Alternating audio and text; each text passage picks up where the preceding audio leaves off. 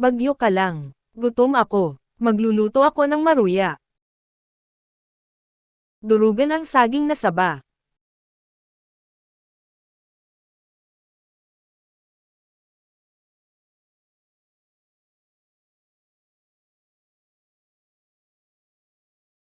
Ihalo ang harina.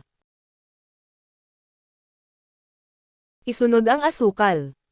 Huwag kalimutan ang itlog pampalasa. Maglagay ng tubig.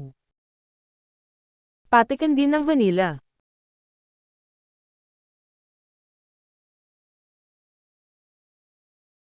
Naglagay din ako ng baking powder pampaalsa. Haluin ng haluin hanggang makontento ka. Painitin ang mantika. Saka magprito ng paisa-isa.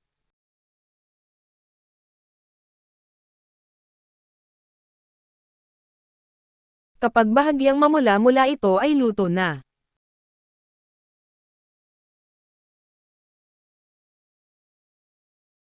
Hayan merienda na.